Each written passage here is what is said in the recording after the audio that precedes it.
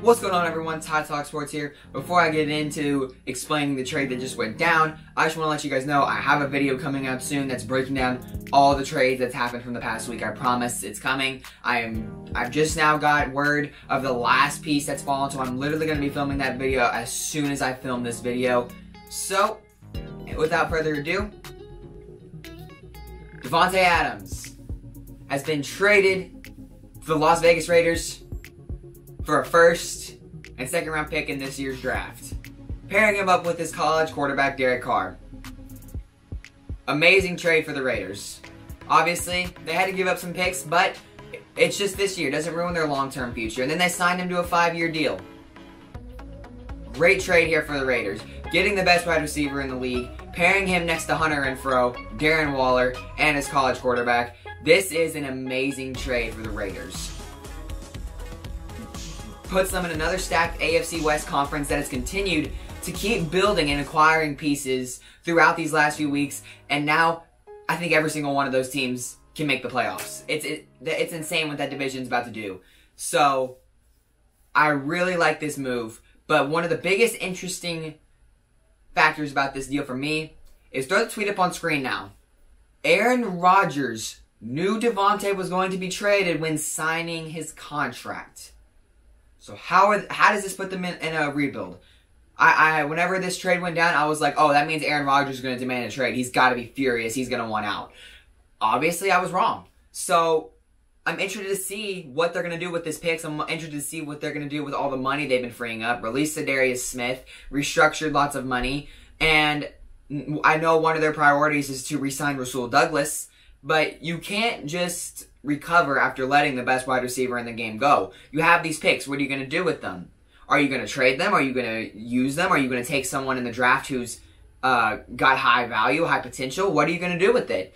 And, I mean, you have Randall Cobb, Allen Lazard, and Marquez Valquez-Scantling as your receivers. I mean, that receiving core is now taking a massive toll. Obviously, when you lose the best wide receiver in the game, it's going to happen. I mean, I'm trying to see if I get more reports. Nothing. Yeah, it's a lot.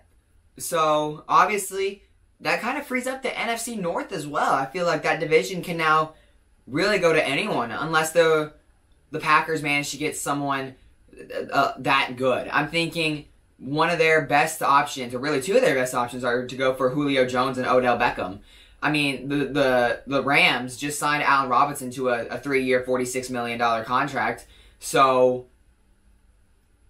they're going to go where money talks. I mean, Julio's a free agent who's still on a contract. So, I mean, where are these guys going to go? I mean, go to Green Bay. Go play with a four-time MVP and a two-time back-to-back MVP. So, I mean, they have options here. They can go get one of those known, proven, elite receivers who can really continue to hold the offense afloat. Not even afloat, but still keep it at an elite level like it was. Because, obviously, I mean, Davante Adams had 15 100-yard receiving games and in the past couple seasons, and the Raiders only had 10. And like, Davante Adams is the best receiver in football, so you have to recover. There has to be something that Green Bay hasn't planned, and I'm excited to see what they're going to do, because it really, obviously, it's shaped up the whole league. Like, as I said, the AFC West now becomes possibly, and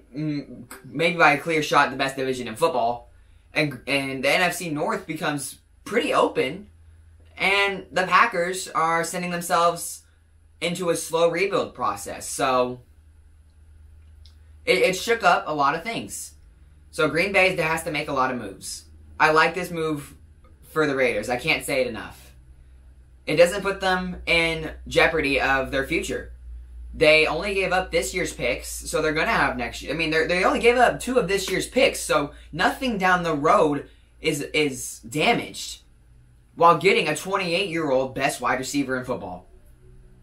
So, that's it. That's really all there is to say about this move. Raiders got an amazing deal, and Packers send themselves into an early rebuild, which they're going to have to figure out what they're going to do with the money they have and the receivers they have. Gonna have to figure out what they're gonna do with Randall Cobb and see if Alan Lazard and those guys, are they gonna pay them extra money to stay? Do they believe in them? Are they gonna go out and get a proven elite receiver? What are they gonna do? That's the question we all want to know, and I'm expecting to see results soon. So, that's all I have for this trade. All I have. So that's the end of this video. Davante to the Raiders. Wasn't really surprised about it, but still a blockbuster. If you did enjoy, drop a like, subscribe if you're new, turn on the post notification bell so you never miss any of my sports content. Until then, this is Ty Talk Sports signing off.